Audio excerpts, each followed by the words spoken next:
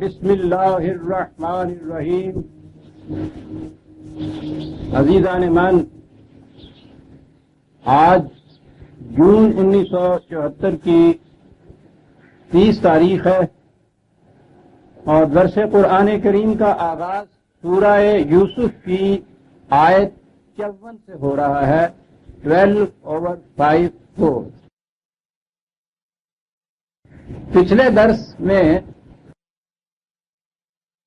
وہ جو اصطلاحات ہیں ہمارے ہاں، نفس امارہ، نفس لوامہ، نفس مطمئنہ، وہ پورا درس انہی اصطلاحات کی تشریح اور تبیین میں گزر گیا تھا، ہم آگے نہیں بڑھے تھے۔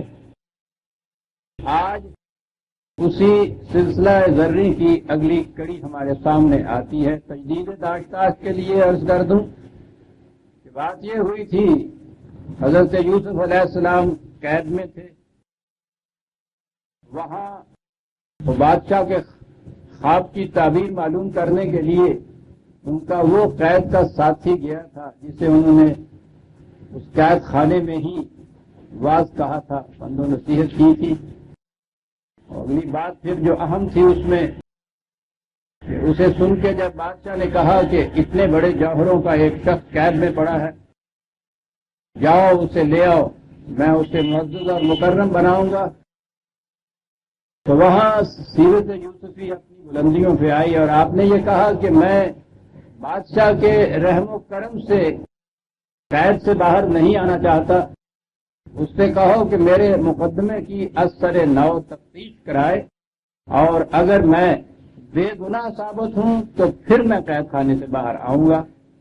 تحقیق کرائی گئی، حضرت یوسف علیہ السلام بے گناہ ثابت ہوئے، ایسے ثابت ہوئے کہ وہ جو پورا عورتوں کا جمگٹا یا وہ محفل تھی، انہوں نے بھی اس کا اقرار کیا کہ وہ ساری سازش تھی ہماری، اور یہ تو بہت ہی معزز مکرم انسان ہے، بے داغ ہے اس کی جوانی۔ خود عزیز مصر کی بیوی نے بھی اس کا اقرار کیا کہ میں ہی اپنے آپ کو ملامت کرتی ہوں۔ اور یہ جو قول تھا ان النفس لامارۃ بالسوء، یہ اسی کا قول تھا۔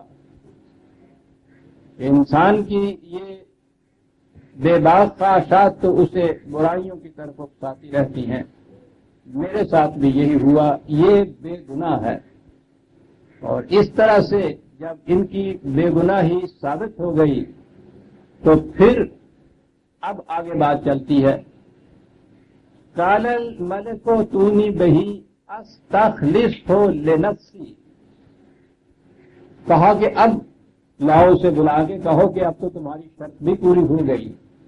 اس نے کہا ہے کہ میں اسے مخصوص کر لوں گا، خصوصیت سے میں اپنے لیے اسے مخصوص کر لوں گا۔ اب یہ دو چیزیں ہمارے سامنے یہاں آتی ہیں، ایک تو وہ حضرت یوسف علیہ السلام کا پہلے جو ذہنی علمی صلاحیتیں تھیں وہ سامنے آئیں اس کے، اور اس کے بعد ان کے کردار کی یہ بلندی اس کے سامنے آئی تھی، تو دونوں چیزیں جمع ہو گئی۔ تو اس نے کہا کہ اس سے بہتر اور کون سا مقرب اور معزز ہو سکتا ہے کہ جس کی زیرکی اور فطانت، خیرت مندی اور دانشواری کی یہ کیفیت کہ جن خوابوں کے متعلق میرے یہ نورتن عاجز آ گئے تھے اور کہہ رہے تھے کہ یہ یوں ہی بکواس ہے، اس نے نہایت صاف صاف انداز میں ان کے مطالب مجھے بتائے۔ اور دوسرے یہ کہ جس کے کردار کی بلندی کا یہ عالم ہے کہ وہ جیل خانے میں بے گناہ پڑا سڑ رہا ہے، بادشاہ اس کو بلا رہا ہے، کہہ رہا ہے میں تمہیں مقرب بناؤں گا، اور وہ یہ کہتا ہے کہ نہیں، میں تراہم خسروانہ کی بنا پہ باہر نہیں آنا چاہتا، عدالت مجھے اگر بے گناہ ثابت کرے گی تو پھر قید خانے سے نکلوں گا۔ عزیزان من، غور کیجئے کہ اگر کہیں پوری مملکت میں ایک انسان بھی ان خوبیوں والا، ان بلندیوں پر، ان معیاروں کے اوپر پورا پہنچنے والا نکل آئے، اس کے تو سپرد پوری مملکت کر دینی چاہیے، اور اس نے کیا یہی تھا۔ فرعون نے بھی نظر آتا ہے کہ وہ بھی بڑا ہی جوہر شناس تھا۔ اس نے یہ کہا ہے استخلصہ لنفسی، اور یہ ہے وہ بلند ترین حقیقت جو قرآن سامنے لانا چاہتا ہے کہ انسان میں ایک تو ذہنی صلاحیتیں اتنی بلند ہونی چاہیے اور ساتھ اس کے کردار اتنا پاکیزہ ہونا چاہیے. دو چیزیں یہ جمع ہو جائے تو پھر اس جوہر کی قدر ہوتی ہے. قال انک الیوم لدینا مکین امین. کیا بات ہے، آج کے دن سے تم ہمارے مقرب ہو. لدینا تم ہمارے ہو جیسے کہا جاتا ہے. نام تو یہاں اس کے لیے آیا ہے. یہ لدینا بہت عجیب چیز ہے. آج کے دن سے تم ہمارے ہو. اور اس کے بعد ہے مکین امین. تمکن تمہیں حاصل ہوگا. تمکن اختیارات کو کہتے ہیں، اقتدارات کو کہتے ہیں. یہ چیز بھی حاصل ہوگی اور اس کے ساتھ ہی تم بے حد ٹرسٹ وردی ہو. تم پر اعتماد بھی پورا پورا ہے. مجھے اختیارات بھی دے رہا ہوں، اعتماد کے ساتھ اختیارات دے رہا ہوں. تمہیں اختیارات دینے کے بعد میں خود امن میں آ گیا ہوں. یوں آئیں گے اس کے معنی. اور بڑی چیز ہے، اس قسم کا اگر کوئی بھی اقتدار کسی کو مل جائے تو واقعی وہ اقتدار سونپنے والا بھی امن میں آ جاتا ہے. امانت کے تو معنی یہ ہے کہ کسی کے سپرد کوئی شے کر کے خود امن میں آدمی بیٹھ جائے. تمکن تمہیں میں نے دیا ہے اور اس سے میں مطمئن ہو گیا، امن میں آ گیا. ملک بھی امن میں آ گیا. کتنی بڑی چیز ہے جو میں نے جس کی میں نے تلاش کی، جس کا میں نے انتخاب کیا ہے. حضرت یوسف علیہ السلام آ گئے، بے گناہ ثابت ہو گئے تھے. بادشاہ نے ان چیزوں کو پہچان بھی لیا تھا. انہوں نے آفر کو ایکسپٹ کر دیا، جسے کہتے ہیں پیشکش کو قبول کر دیا. قال اجعلنی علی خزائن الارض انی حفیظ علیم. داستانی نہیں ہے عزیزان بن، ایک ایک لفظ غور طلب ہے. یہاں حضرت یوسف علیہ السلام نے کہا ہے کہ ٹھیک ہے، اب سوال یہ ہے کہ آج کی اصطلاح میں وہ پورٹ فولیو کون سا میرے پاس ہونا چاہیے، کون سا کام ہے اتنا بڑا جسے میں سمجھتا ہوں کہ میں کر سکتا ہوں. خود ہی اس کے لیے کہا. اب یہاں خزائن الارض آیا ہے. قرآن کریم میں یہ الارض یا ارض مملکت یا کنٹری یا ملک کے لیے بھی یہ پورا لفظ آتا ہے. اور صرف لینڈ جسے آپ کہتے ہیں زمین، اس کے لیے بھی یہ لفظ آتا ہے. معنی اس کے دونوں ہو سکتے ہیں. مملکت کے خزائن جو ہیں، فائنینسز جو ہیں مملکت کے، وہ میرے سپرد کر دو. یہ چیز بھی ہو سکتی ہے، جسے آج کی اصطلاح میں فائنانس منسٹر آپ کہتے ہیں.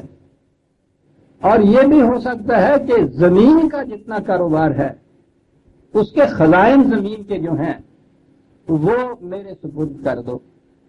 یہ معنی زیادہ ترجیح دیے جانے کے قابل ہیں، اس لیے کہ وہاں قحط پڑ رہا تھا، خشک سالی تھی. یہی پرابلم تھی وہ جس کے لیے تلاش ہوئی تھی کسی ایسے شخص کی کہ جو اس مسئلے کو حل کر دے. تو میں سمجھتا ہوں کہ یہ معنی زیادہ مرجح ہے کہ زمین کے خزانے میرے حوالے کر دو. وہ دبے ہوئے ہیں، تم لوگوں کو علم نہیں کہ اسے نکالا کیسے جائے. اور اگر علم ہوتا ہے تو پھر اگلی بات یہ ہے کہ ان کی حفاظت کیسے کی جائے. اور میں انی حفیظ علیم، میں یہ جانتا ہوں کہ دبے ہوئے خزانے زمین کے نکالنے کس طرح چاہیے، اور یہ بھی جانتا ہوں کہ پھر ان کو محفوظ کیسے رکھا جاتا ہے. دو چیزیں نہایت ضروری ہیں کہ یہ ٹیکنیکل نالج جسے آج ہم کہتے ہیں، یہ بھی معلوم ہو کہ زمین کے دبے ہوئے خزانے باہر کیسے آتے ہیں. اور پھر اگلی چیز یہ ہے کہ جو باہر لایا جائے اس کا وہ محافظ اور پاسباں ہونے کے باں بھی ہونا چاہیے. اور پھر یہ بھی کہ وہ ان کو محفوظ کیسے رکھا جا سکتا ہے کہ آئندہ کے لیے بھی وہ کام آئیں، دیر تک وہ چلے. یہ ساری چیزیں اس کے اندر آ جائیں گی. دو باتیں یہاں قابل غور ہیں. سطحی نگاہیں یہ کہا کرتی ہیں کہ صاحب ایک نبی، اور وہ فرعون تو بہرحال اس زمانے کے بت پرست تھے، توحید پرست نہیں تھے. اس قسم کے بادشاہ کی اعتراض کرنے والے، اس قسم کے بادشاہ کی ملازمت اختیار کر لینا، یہ کہاں جائز ہو سکتا ہے؟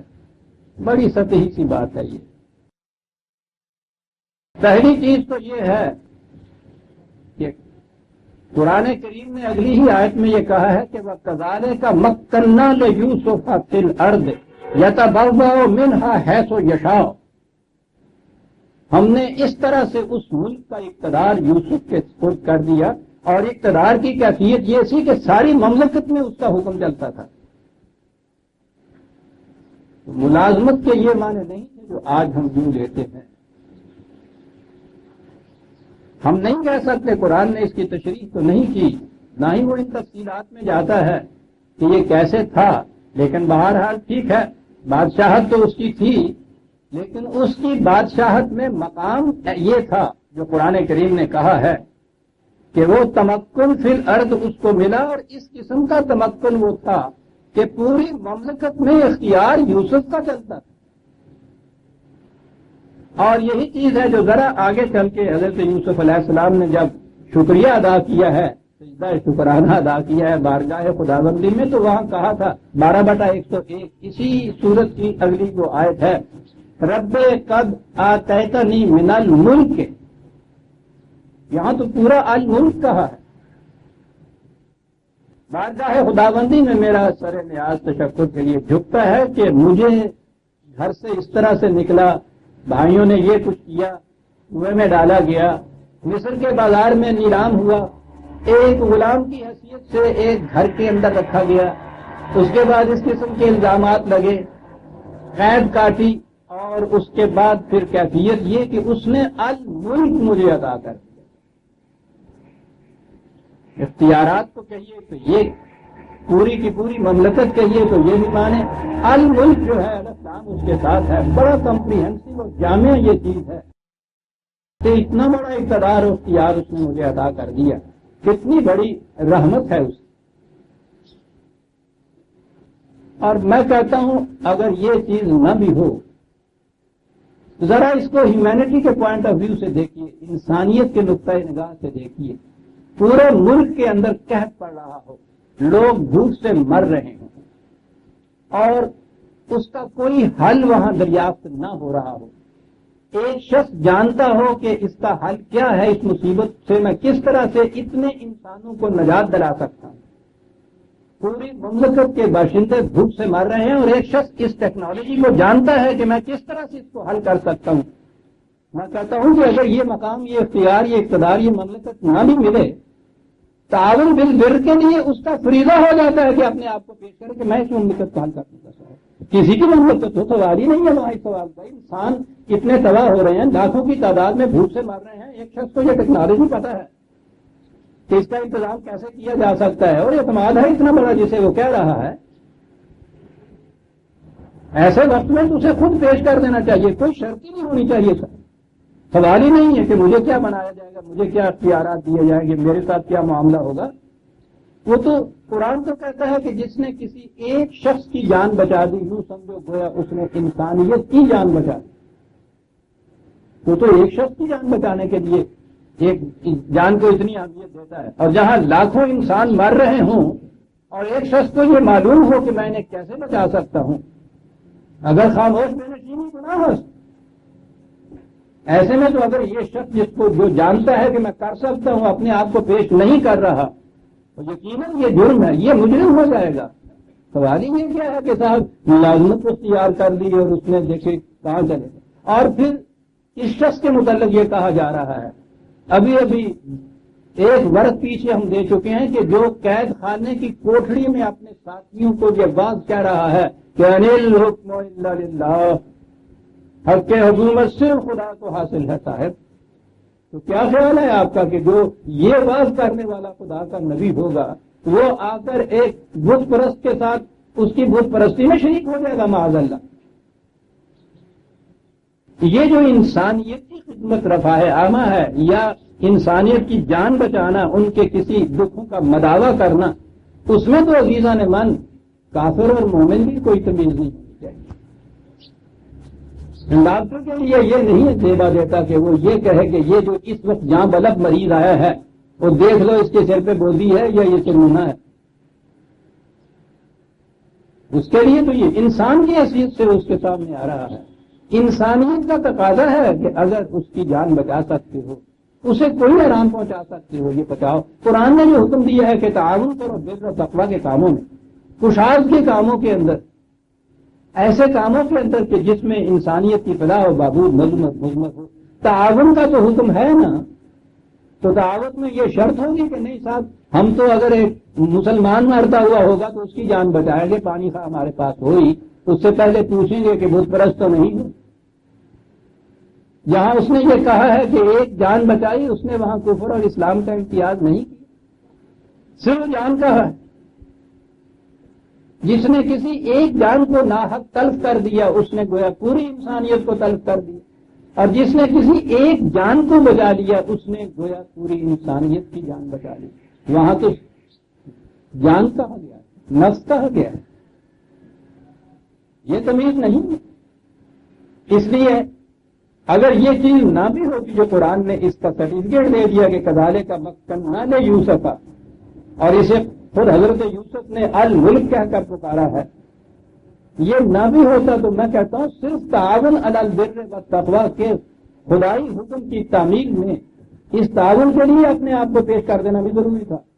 اس لیے کہ وہ کہتے ہیں انی حفیظ علیم، جو جانتا بھی ہے کہ کیسے خزائن باہر لائے جائیں گے، جانتا ہے کیسے ان کی حفاظت کی جائے گی. اس کی آنکھوں کے سامنے لاکھوں انسان بھوک سے مر رہے ہیں. میں کہتا ہوں اگر ایسے وقت میں وہ اپنے آپ کو پیچھے رکھتا ہے، خود آفر کر کے آگے نہیں بڑھتا، مجرم ہوگا بارگاہ خداوندی کے. اور ایک نبی تو کبھی بھی ایسے وقت میں پیچھے نہیں رہتا. جیسا کہ میں نے عرض کیا تھا، قرآن کریم نے حضرت یوسف علیہ السلام کی داستان کو محدود رکھا ہے انہی واقعات تک، یہاں سے وہاں تک وہ جاتے ہیں. لیکن دوسرے مقام پہ ایک ایسی آیت بھی ہمارے سامنے آتی ہے جہاں یہ نظر آتا ہے کہ وہ وہاں بحیثیت رسول کے رہے تھے، وہ فریضہ رسالت ادا کر رہے تھے، اور وہ تو نہ بھی آتی تو یہ باور ہی نہیں کیا جاتا کہ خدا کا ایک رسول ہو اور وہ فریضہ رسالت ادا نہ کرے. سورہ المومن میں ہے، حضرت یوسف علیہ السلام کی داستان ہے. وہ آپ کو معلوم ہے کہ وہ شاہی محلات میں ان کی پرورش ہوئی تھی، اور اس کے بعد پھر وہ واقعہ ہوا تھا ایک قبطی کے مرنے کا، اور اس کے بعد یہ سوال پیش ہوا تھا کہ کیا کیا جائے اس شخص کے ساتھ. کیبنٹ میں یہ سوال پیش ہوا یوں نظر آتا ہے، یا ان کی پارلیمان میں یہ سوال پیش ہوا تھا. سورہ المومن وہ جو 40ویں سورت ہے عزیزان ایمان، عجیب چیز ہے اس میں. ان کے اندر سے ایک شخص جسے قرآن صرف مرد المومن کہہ کر پکارتا ہے، وہ اٹھ کے کھڑا ہوتا ہے. آپ اندازہ لگائیے کہ باہر ہر دربار فرعون کا مرد مومن ہے، مرد مومن. وہ اٹھ کے ایک تقریر کرتا ہے. میں کہتا ہوں کس قدر خوش نصیب تھا یہ شخص کہ اس کی پوری تقریر کو قرآن نے وربیٹم اپنے اوراق میں محفوظ کر لیا، قیامت تک کے لیے محفوظ ہو گئی قرآن کے اندر. بڑا ہی خوش بخت تھا یہ انسان.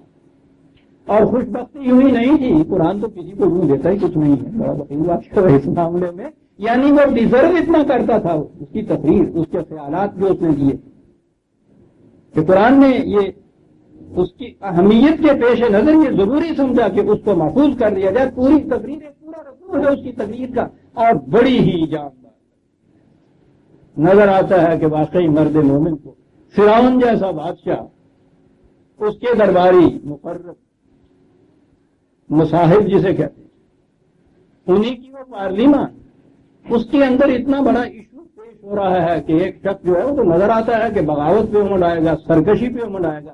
اس کا مسئلہ پیش ہو رہا ہے کہ اس کے ساتھ کیا کیا جائے. نظر آتا ہے کہ ساری پارلیمان خلاف تھی حضرت موسیٰ علیہ السلام کے. اس میں یہ ایک شخص اٹھ کے کھڑا ہوتا ہے اور اس کی وہ تقریر دیکھیے، اس جرأت اور بے باکی کے ساتھ ان کی وکالت کرتا ہے ان کی غیبت کے اندر، اور انہیں بتاتا ہے کہ کس قدر تباہیاں آ جائیں گی تمہارے اوپر اگر تم اس قدر حق و صداقت والے انسان کے خلاف تم ہاتھ اٹھاؤ گے. تو بڑی جاندار وہ تو جب آئے گی سورت تو آپ دیکھیے گا. میں نے کہا ہے نا کہ اس کی اہمیت کے پیش نظر قرآن جیسا جس کا کہ ایک وہ ایک ایک لفظ جو ہے وہ بھی تول کر اس میں بیان کرتا ہے. پوری تقریر اس نے اپنے اس کو محفوظ کر دیا ہے. اس میں وہ ایک بات کہتا ہے قوم سے کہ تمہاری تو کیفیت یہ ہے. یہ سن لیجئے کہ کب کہہ رہا ہے. حضرت یوسف علیہ السلام تاریخ کے رشتوں کے اعتبار سے حضرت موسیٰ علیہ السلام سے قریباً 400 سال پہلے ہوئے. تو گویا قریباً 400 سال بعد کی یہ بات ہے جب وہ شخص وہ پارلیمان میں یا فرعون کے دربار میں یہ تقریر کر رہا ہے. وہاں یہ کہہ رہا ہے کہ وَلَقَدْ جَاءَكُمْ يُوسُفُ مِنْ قَبْلُ بِالْبَيِّنَاتِ. ہماری یہ کیفیت ہے کہ یوسف جیسا عظیم رسول تمہارے پاس آیا واضح دلائل لے کر. تم اس قسم کی بدبخت قوم ہو. فَمَا زِلْتُمْ فِي شَكٍّ مِّمَّا جَاءَكُمْ بِهِ. تم نے تو اس کے پیغام میں بھی ہمیشہ یہی کہا کہ شکوک ہیں, شبہات ہیں. تمہاری تو کیفیت ہی نہیں ہوتی ہے. یعنی وہ کہہ یہ رہا ہے کہ اگر اس قسم کے انسان کے خلاف تم ہو گئے ہو جس نے یہ پیش کیا ہے تو یہ تمہاری کوئی نئی بات نہیں ہے, تمہارا تو وتیرہ ہی ہے. اور دیکھیے اس کی مثال میں وہ 400 سال پہلے کے حضرت یوسف کا ذکر کرتا ہے کہ تمہارے ہاں تو یوسف جیسا رسول بھی آیا تھا اور تم نے اس کے پیغامات میں بھی شکوک و شبہات پیدا کرنے شروع کیے تھے. اور پھر جب حتی اذا ہلک اور جب وہ فوت ہو گیا تو تم نے اطمینان کا سانس لیا اور کہا لن یبعث اللہ من بعدہ رسولا. شکر ہے اللہ کا صاحب اتنا جھوٹی, اس کے بعد تو کوئی ایسا نہیں آئے گا قدم قدم پہ روکے اور ٹوکے کہ ہمیں چلنے ہی نہ دے آپ نے. یعنی یہ نظر آتا ہے کہ وہ وہاں صرف وہ خزائن الارض کے فائنانس منسٹر یا وہ ریونیو کے لینڈ کے منسٹر بن کے نہیں رہے ہوئے تھے. یہاں وہ رسولہ خود کہتا ہے انہوں نے اپنا فریضہ رسالت ادا کیا اور اس طرح ادا کیا کہ وہ ٹھیک ہے. جرائم تو عام ہو رہے تھے اس معاشرے کے اندر. تو فریضہ رسالت کی صورت یہ تھی کہ یہ قدم قدم کے اوپر ان کو روکتے ہوں گے. اور یہ جو انداز ہے قرآن کے کہنے کا کہ تمہاری تو حالت یہ ہے کہ یوسف جیسا پیغمبر بھی تمہارے پاس آیا. تو آپ دیکھیے 400 سال میں اس نے اگر مثال کوئی دی ہے حضرت یوسف کی دی ہے تو ان کی رسالت کتنی زیادہ بلند پائیدار تھی, چمکتی تابندہ اور درخشندہ. 400 سال کے بعد بھی وہ اٹھ کے کھڑا ہو کے جو مثال دیتا ہے تو ان کی مثال دیتا ہے کہ تم نے تو یوسف جیسے پیغمبر کے ساتھ بھی یہ کیا تھا اور کیفیت تمہاری یہ تھی ناشکروں کی. تو ان کی وفات کے بعد بجائے اس کے کہ تمہیں تعصب ہوتا کہ ایسا عظیم انسان ہم میں سے چلا گیا, تم نے کہا کہ اچھا ہے صاحب چلا گیا, اب تو کوئی اصول نہیں آئے گا, اب تو راضی عائش لکھتا ہے. تمہاری تو یہ کیفیت تھی. میں کہہ یہ رہا تھا کہ حضرت یوسف علیہ السلام صرف یہی فریضہ لے کے وہاں نہیں بیٹھ گئے تھے, فریضہ رسالت ادا کر رہے تھے. اس شان سے انہوں نے ادا کیا کہ کم از کم 400 سال بعد تک اس کی جو آواز یا آوازہ تھا اس فضا کے اندر گونج رہا تھا. اس کی شہادت تو خود قرآن دے رہا تھا. لہذا یہ نہیں تھا کہ وہ جیسے کہ کہا جاتا ہے کوٹڈ کے صاحب انہوں نے ملازمت اختیار کر لی, ایک بات کرتی ہے رہتی صورت ادا کی. کیفیت ان کی یہ تھی مکننا لیوسف فی الارض یتبوأ منہا حیث یشاء. اختیارات کی یہ کیفیت کہ ساری مملکت میں حکم انہی کا چلتا تھا. اور پھر رسالت کی یہ کیفیت کہ 400 سال بعد تک بھی اس کا چرچا ہوتا تھا ان کے ہاں کہ ایسا رسول آیا تھا. رسول اپنے فریضہ رسالت سے تو بعد رہ نہیں سکتے. سوال ہی نہیں ہے کہ سورج ہو اور روشنی نہ دے, ہیرا ہو اور اس میں سے جوت اس کی نہ نکلے. یہ تو اس کی جیسے فطرت میں داخل آپ کہتے ہیں یہ چیز ہوتی ہے. وہ جو قید خانے کے اندر یہ فریضہ ادا کر رہا تھا, جب اس کو مملکت کے اندر اقتدارات حاصل تھے تو وہ پھر یہ فریضہ ہی ادا نہیں کرتا تھا. اگلی بات یہ ہے خزائن الارض. میں نے عرض کیا ہے کہ چونکہ وہاں قحط سالی تھی اس لیے اس کے معنی یہی ہو سکتے ہیں کہ انہوں نے زمین کا بندوبست جو تھا یہ سنبھالا کہ اس کے دبے ہوئے خزانوں کو باہر کیسے لایا جائے. قرآن کریم میں تو اس کی تشریح نہیں آئی, لیکن تورات میں ایک چیز ملتی ہے جس سے یہ نظر آتا ہے کہ انہوں نے یہ انتظام کیسے کیا تھا. اور پھر غور کیجئے عزیزان مان کہ کب کی یہ بات ہے, اور آج بھی آپ دیکھیے کہ جہاں یہ زمین کی پیداوار کا مسئلہ بگڑتا ہے اس کا حل آج کیا سوچا جاتا ہے. آخری حل یہی سوچا گیا ہے نا کہ یہ زمین جو ہے یہ مختلف افراد کی ذاتی ملکیت میں نہیں رہنی چاہیے, ذاتی ملکیت میں علاوہ دوسری چیزوں کے ایک بڑا نقص یہ بھی ہوتا ہے کہ پورے خزانے اس کے باہر نہیں آتے. یہ جو آپ کے یہاں سسٹم چلا آتا تھا بڑے بڑے ذمہ داروں کے یہاں، ایک ایک ذمہ دار جناب 10-10 ہزار ایکڑ زمین کا مالک چلا آ رہا ہے، اسے ضرورت ہی نہیں تھی کہ وہ محنت کرے، وہ اس میں سے اتنا آ جائے کہ اس کے خاندان کی ضرورتوں ہی نہیں بلکہ عیاشیوں کے لیے کافی ہو. اگر وہ کافی ہو گیا ہے تو پھر اس کو ضرورت نہیں تھی کہ آنکھ اٹھا کے بھی دیکھے کہ زمین میں ہو کیا رہا ہے، کتنی پیداوار ہونی چاہیے، کتنی ہو رہی ہے، پوری محنت بھی ہو رہی ہے یا نہیں ہو رہی. اور اگر وہ مظاہرے ہیں تو مظاہروں کو جو ہر وقت بھڑکا لگا رہے کہ پتہ نہیں اب کے ہے کھیت اگلے سال ہوگا یا نہیں کیا، وہ بھی نہیں. جن کے نا دب کے واہ، وہی میں نے پچھلی دفعہ کہا تھا، دابن کا لفظ جو ہے یہ تو عربی کا لفظ ہے. یہی قید خانے میں وہ تعبیر بتاتے وقت حضرت یوسف نے کہا تھا کہ یہ 7 سال جب کہ یہ بارش ہونے والی ہوتی ہے تو اس زمانے میں تو تم دابن زمین کو دبتے رہو. کبھی بات ہوگی تو عرض کروں گا، اس پنجابی زبان میں عربی زبان کے بڑے لفظ ہوتے ہیں. تو بات یہ تھی کہ زمین کے متعلق انہوں نے کیا انتظام کیا. میں نے کہا ہے کہ آج ہم اپنے دور میں یہ معاشیین کا بہت بڑا کارنامہ بتاتے ہیں کہ انہوں نے یہ بات سوچی کہ زمین الگ ذاتی ملکیت میں نہیں ٹکڑوں میں بٹی ہونی چاہیے، اس کا انتظام مملکت کے سپرد ہونا چاہیے. یقیناً حضرت یوسف علیہ السلام نے بھی یہ اس لیے نہیں کہ پرائیویٹ ذاتی ملکیت والوں سے اس کو چھین کے اسٹیٹ پراپرٹی بنا دیا ہو کہ چھوٹے چھوٹے ذمہ داروں کو یوں چھوڑو، پھر اس سے جو بڑے بڑے وڈیرے ہیں ان کو بھی بے دخل کرو اور ایک واحد مالک اس کا ہو جائے. اس سے بدتر تو ملکیت اور ہوتی کوئی نہیں. اسٹیٹ کی مملکت کے اندر نہیں آ جائے، اسٹیٹ کے انتظام میں آ جائے. کہے کے لیے بات صاف ہے کہ قحط پڑ رہا تھا تو ان قحط زدہ لوگوں کی ضرورت کے لیے ایسا کیا گیا تھا نا. اور یہی وہ چیز ہے جو قرآن کہتا ہے کہ مملکت کا فریضہ ہوتا ہے ما من دابۃ فی الارض الا علی اللہ رزقها.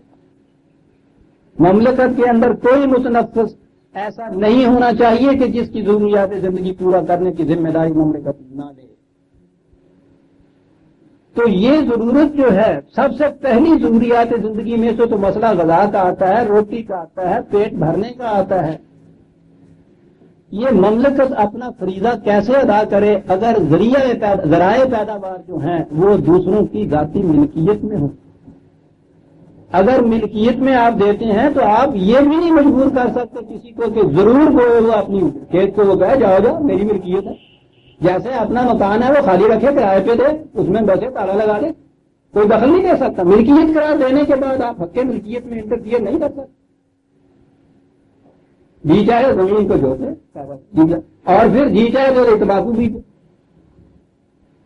ضرورت ہے آپ کی، ملک گیہوں کے مارے مر رہا ہے، باہر سے منگانا پڑ رہا ہے، اتنا اربوں روپیہ کروڑوں روپیہ آپ کا اس کو جا رہا ہے.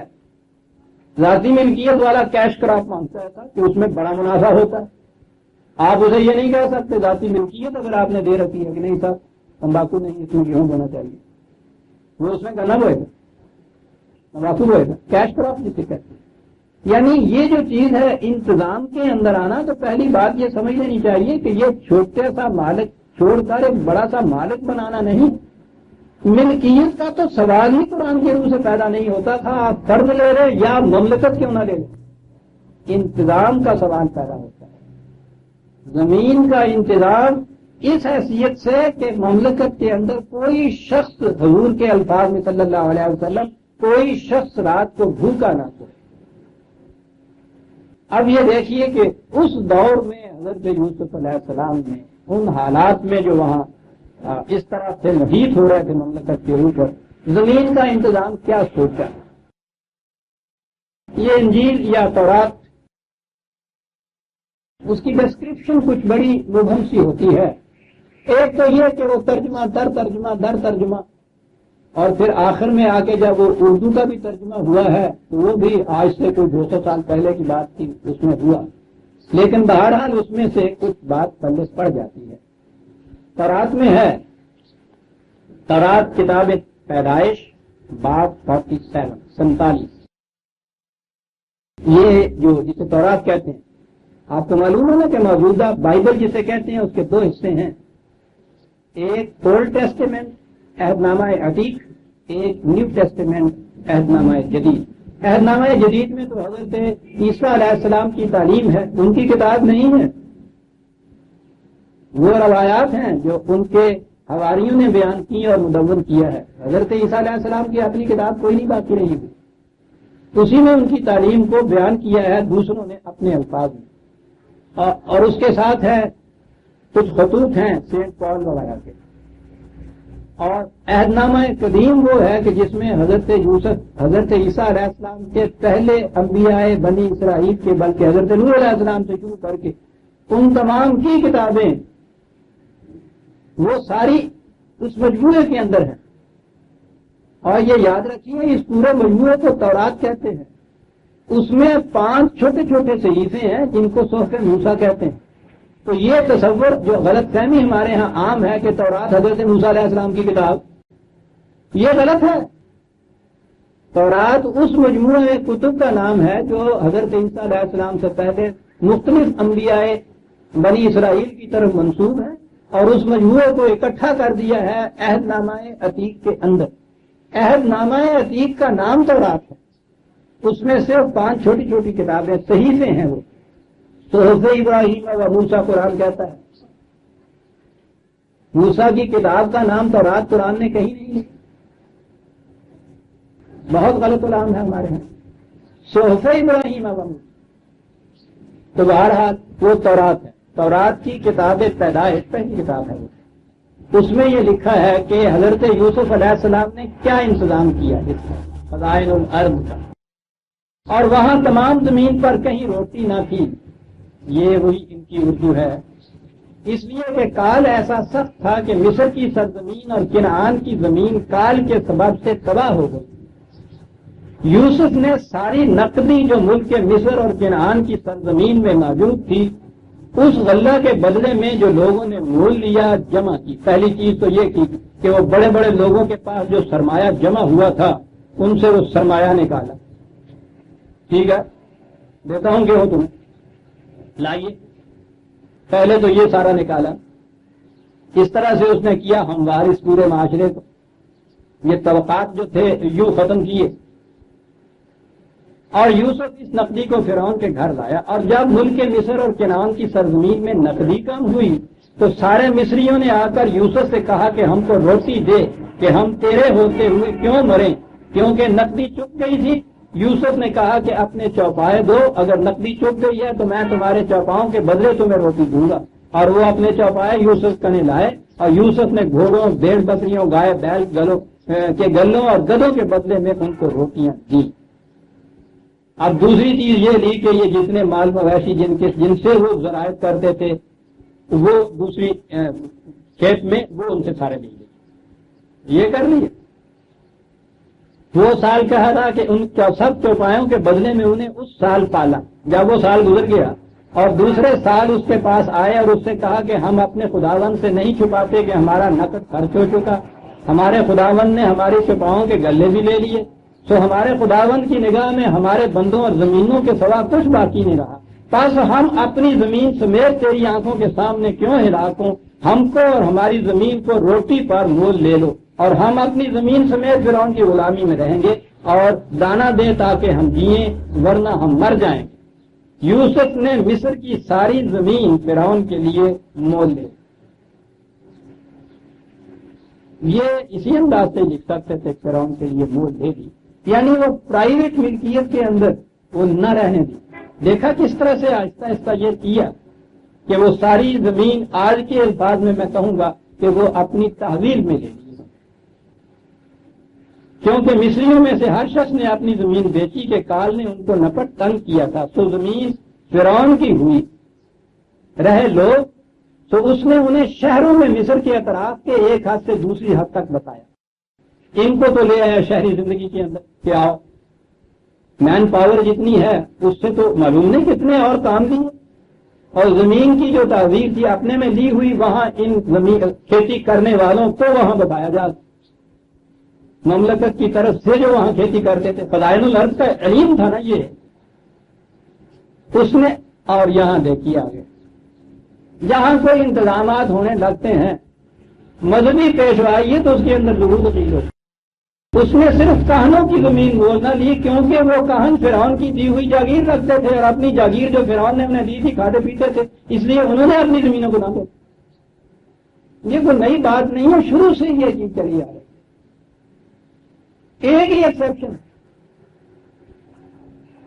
اور ان کا تو اثر جو تھا ان کہنوں کا مذہبی پیشوائیت کا آپ کو معلوم ہے کہ قرآن نے فرعون حضرت موسیٰ کے متعلق جو فرعون اور اس کے ساتھ حامان کو گنایا ہے حامان و جنود حامان اور اس کے لشکر شیطان تھے اور شتونگڑے اور ان کا اثر اس زمانے میں یہ بادشاہ ان کے سامنے کوئی شے نہیں ہوتا. کل تک ابھی یورپ میں چرچ کا جو ہولڈ تھا چرچ کا جتنا بادشاہ کامتے تھے اپنے محلوں کے یہ تو یہ بلا ہوتی ہے اس لیے کہ بادشاہ بھی اپنے ہی نام سے کچھ کرتا ہے یہ سارا ظلم و ستم خدا کے نام سے کرتا ہے. صرف کہنوں نے زمین نہ دی کیونکہ وہ کہن فرعون کی دی ہوئی جاگیر رکھتے تھے اور اپنی جاگیر فرعون نے دی تھی کھاتے اس لیے انہوں نے اپنی زمینوں کو نہ بیچا. تب یوسف نے لوگوں سے کہا کہ دیکھو میں نے آج کے دن تم کو اور تمہاری زمین کو فرعون کے لیے مول لیا لو یہ بیج تمہارے لیے ہے کھیت بو اور جب یہ زیادہ ہو تو یہ ہوگا کہ تم 5واں حصہ فرعون کو دو گے 4 حصے کھیت میں بیج بونے کو اور تمہاری خوراک کو اور ان کو جو تمہارے گھرانے کے ہیں اور تمہارے بچوں کی خوراک کے لیے ہوں گے. کیا بات یہ حصہ تمہارا ہوگا تمہارے بچوں کی خوراک کے لیے اور اس کے بعد باقی جو ہے وہ جمع کرا ہوا آئندہ کے لیے. وہ بولے کہ تم نے ہماری جانیں بچائیں ہم اپنے خدا کی نظر میں مورد رحم ہوں اور ہم فرعون کے خادم ہوں اور یوسف کے سارے مصر کی زمین کے لیے یہ آئین جو آج کے دن تک مقرر ہے یہ اندازہ لگائیے یہ اس کے دن تک جب یہ تورات مرتب ہوئی ہے وہ کہتے ہیں کہ یہ آج کے دن تک یوسف کا آئین ہمارے ہاں چل رہا ہے کہ فرعون 5واں حصہ دے گا. صرف کہنوں کی زمین فرعون کی نہ ہوئی باقی یہ تھا وہ علاج جو حضرت موسیٰ علیہ السلام نے کیا خزائن ارض کے برآمد کرنے کا اور ان کے محفوظ رکھنے کا. تمہارے اور تمہارے بچوں کی روٹی کے لیے جتنا چاہیے وہ رکھو یہ ہے ٹکڑا اصل. اور جتنا یہ بڑے بڑے لوگ تھے کہ جو وہاں بیٹھے ہوئے پیٹ پھیلائے ہوئے تھے سب کو شہروں کے قریب لا کے بتایا اور پھر ان سے یہ کچھ کام لیے ہوں گے. ادھر اس آبادی میں کام کرنے والے پیدا کیے ادھر انتظام یہ سارا کیا کہ سرکاری انتظام کے تابع زمین جوئی گئی وہاں سے یہ پیداوار ہوئی اس کو تقسیم کیا ان کے اور ان کے بچوں کی روٹی کے لیے اور اس کے بعد جو کچھ بچا وہ لایا گیا فرعون کی طرف. یہ تھا عزیزان من تورات کی روح سے جو انتظام کیا تھا حضرت یوسف علیہ السلام نے. آپ دیکھیے کہ یہ کب کی بات ہے. میں سمجھتا ہوں کہ یہ چیزیں جو تھیں وہی کے روح سے وہی میں انتظام دے سکتا ہے ایک رسول ہی انتظام کر سکتا ہے. یہ چیز ایک رسول ہی پھر آگے رسول خاتم النبیین صلی اللہ علیہ وسلم کیا کر سکتے کہ جس بستی میں ایک شخص بھی رات کو بھوکا سو گیا اس بستی سے خدا نے اپنی حفاظت کا ذمہ اٹھا لیا. وَكَذَلِكَ مَكَّنَّا لِيُوسُفَ فِي الْأَرْضِ يَتَبَوَّأُ مِنْهَا حَيْثُ يَشَاءُ. اتنا اختیار اور اتنا اقتدار اور واقعی وہ جو محاورے میں کہتے ہیں کہ وہ رعایت تو ان کی پرستش کرتی ہوگی صاحب ایسے شخص کی جس نے یہ انتظام کیا وہاں خون برس رہا ہوگا اس سرزمین کے اندر. لیکن یہ اختیار پھر کیوں نہ ان کو ملتا یہ اقتدار کیوں نہ ملتا. اس اقتدار اور اس اختیار کے بعد قرآن کہتا ہے نصیب و برحمت نہ من نشاء.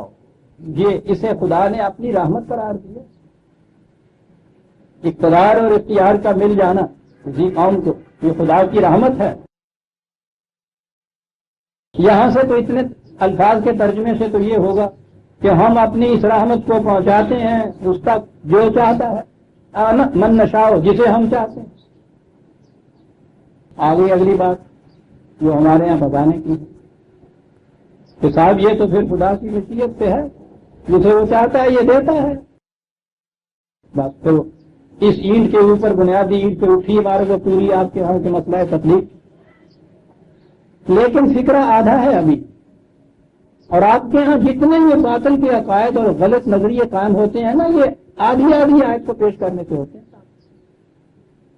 اور اس کا حل ہے پوری آیت پیش کر دیں.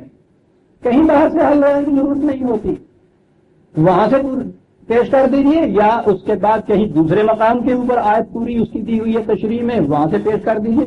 یعنی حل وہی قرآن کے اندر ہے. اور ایسے مقام میں تو قرآن دیر ہی نہیں لگاتا، اسی سانس میں بات کہہ دیتا ہے. یہاں یہ تھا کہ نصیب و بے رحمت ہے من نشاء، یہ ہماری بہت بڑی رحمت ہے، ہم پہنچاتے ہیں اس تک جس تک. لفظی ترجمہ جو لوگ کرتے ہیں من نشاء، جس کو ہم چاہتے ہیں، ترجمہ ہے ہم اپنے قانون مشیت کے مطابق اسے دیتے ہیں. اور قانون مشیت کیا ہے؟ ولا نضيع اجر المحسنین، جو حسن کارانہ انداز سے زندگی بسر کرتا ہے ہم اس کی محنت کو ضائع نہیں جانے دیا جائے. یہ ہو گیا صاحب خدا کی طرف سے اتنی بڑی رحمت کے ملنے کا اصول، قانون اور معیار یہ ہو گیا. وہی بات کہہ دی ہے، لیکن یہاں تو یہاں تک ہی بیان کریں گے. نصیب و برحمت من نشاء صاحب قرآن سے بندہ بشر کیا کہتا ہے؟ قرآن آگے یہ بھی تو کہتا ہے ولا نضيع اجر المحسنین. اجر محسنین توازن بدوش خدا کے قوانین کے مطابق زندگی بسر کر اجر ہے. لفظ ایمان من، ہم اس کے اجر کو ضائع نہیں کرتے اور یہ اس کا اجر ملتا ہے. یہ ہے وہ چیز. ضمن یہاں سے اور بات سامنے آ گئی تو قرآن کے ایک لفظ سے بات سامنے آتی ہے. اس دور میں جو اس قدر یہ عالمگیر فسادات، ہنگامے، شور انگیزیاں، لیبر کا کوشچن جو پیدا ہوا ہے، آجر اور مستاجر کا، اتنی بڑی یہ پرابلم ہے، کسی ایک ملک تک محدود نہیں رہی، سارے ملک میں یہ پھیلی ہوئی ہے. کیا چیز ہے یہ؟ کیوں اس کا حل نہیں مل رہا؟ یہاں جتنے یہ کام کرنے والے ہیں ان کے حقوق بھی وہ اپنے حقوق مانگتے ہیں، رائٹس. اور یہ چیز جو ہے تسلیم کی جاتی ہے یا اعتراف کیا جاتا ہے، کہا یہ جاتا ہے کہ ہاں صاحب رائٹس ہیں. حقوق اور رائٹس یہ عام چرچا ہوتا ہے. ان کی ذمہ داریاں اور فرائض، ریسپانسبلٹیز اینڈ ابلیگیشن، اس کا کہیں ذکر نہیں ہے. یہ ساری مصیبت اس لیے جہاں آپ چرچا سنیں گے وہاں یہی اب چرچا ہوگا. سب حقوق ہیں، حقوق ہیں. اور قرآن کریم کی طرف ہم آتے ہیں تو وہ ہر حق متعین کرتا ہے کسی ذمہ داری کے پورا کرنے کا، اور وہ حق متعین نہیں کرتا اس ذمہ داری کے پورے کرنے کا جو نتیجہ یا اجر ہوتا ہے اسی کو اس کا حق کہتا ہے. سارے قرآن میں دیکھیے یہ کہا ہوگا اس نے یہ کرو گے تو یہ ملے گا، یہ کرو گے تو یہ ہوگا. سارے قرآن میں پہلے یہ ہے یہ کرو گے تو پھر یہ ملے گا. تو یہ کرو گے والی بات ذمہ داری کی ہو گئی نا، ریسپانسبلٹی کی ہوئی، ابلیگیشن کی ہوئی. اب حق و انصاف پر مبنی معاشرہ وہ ہوگا کہ جو اس کا ہوگا کہ یہ کرو گے یہ ملے گا تو وہ مل جائے گی، اور ہنگامہ خیزیاں یہ ہوں گی کہ کریں گے نہیں ملے گا یہ ضرور، کیوں یہ ہمارا حق ہے. یوں ہی آپ نے رائٹس کا تصور عام کیا بغیر ریسپانسبلٹیز کے اور بغیر ابلیگیشن کے، فساد برپا ہوگا. اگلی کلاس میں چڑھنا ہمارا حق ہے، محنت کرنا یہ ٹمبکٹو میں لوگ بستے ہیں یہ ان کا کام حق ہے، رائٹس ہے. یہ ایک وبا چلا دی گئی ہے دنیا کے اندر. ابھی حال ہی میں ایک کتاب پڑھ رہا تھا، ایک فکرہ ہے اس وقت کا، بڑی اونچی کتاب ہے وہ اس نے لکھی ہے. اس مسئلے پہ وہ بیان کرتا ہے، وہ کہنے لگا کوئی نئی باتیں نہیں ہیں یہ جو آتی ہیں، وہی جو اقبال نے یہ کہا تھا وہی مرحبی وہی انتری.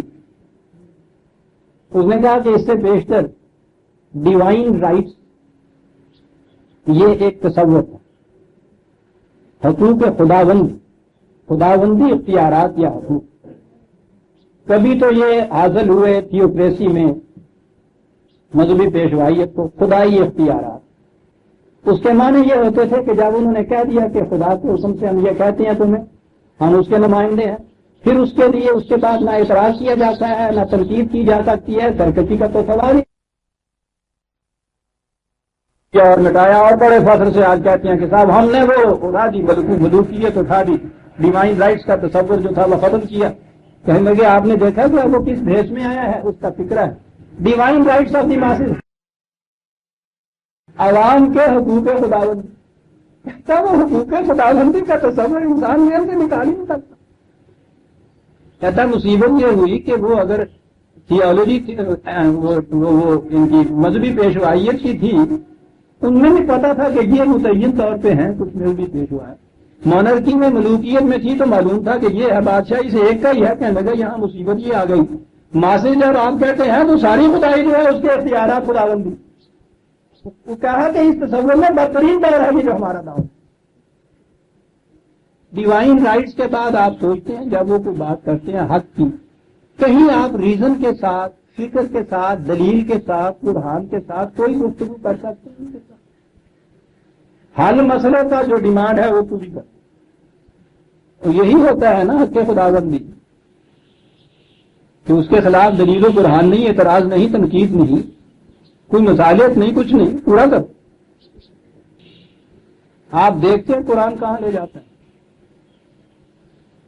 وہ حق متعین کرتا ہے ذمہ داری کی ادائیگی کے ساتھ. ذمہ داری کی فریضے کی ادائیگی کا نتیجہ جو ہے وہ کہتا ہے ہم دیتے ہیں اس کو. وہ اس کا حق ہوتا ہے ہم پر, جو وہ کرتا ہے اس کا نتیجہ حق ہوتا ہے اس کا, وہ ہم دیتے ہیں.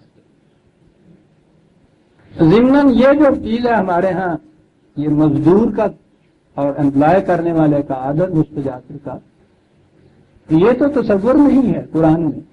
یہ جتنا عمل قرآن میں لفظ آیا ہے وہ کیسے کوئی خاص طبقہ نہیں ہے جس کو آپ محنت کش یا مزدور کہتے ہیں. وہ تو ہر انسان کے متعلق یہ کہتا ہے کہ وہ عامل ہے, عمل کرنا ہے, اس میں کام کرنا ہے. اب ہمارے ہاں وہ کام کی بھی الگ نوعیت ہو گئی, یعنی ایک الگ طبقہ ہے کام کرنے والا, اور وہ طبقہ جو کام کرتا ہے پھر اس کی کیفیت یہ ہے. یہاں شہروں میں تو خیر مزدور, ویسے مزدور بھی ہمارے شہروں کے اندر بھی یہ اصطلاح بڑی دلیل سے اصطلاح تھی, پستر دے گا انسان. یہاں تو پھر بھی یہ لفظ تھا, گاؤں کے اندر تو ہمارے ہاں یہ کامی جو تھا پھر وہ کمی ہوا, کمی جو ہے وہاں سے کمی ہوا, کام کرنے والا. قرآن کریم ہر انسان کو کام کرنے والا کہتا ہے. یہ جتنے بھی لفظ ہے ان الذین آمنوا وعملوا الصالحات,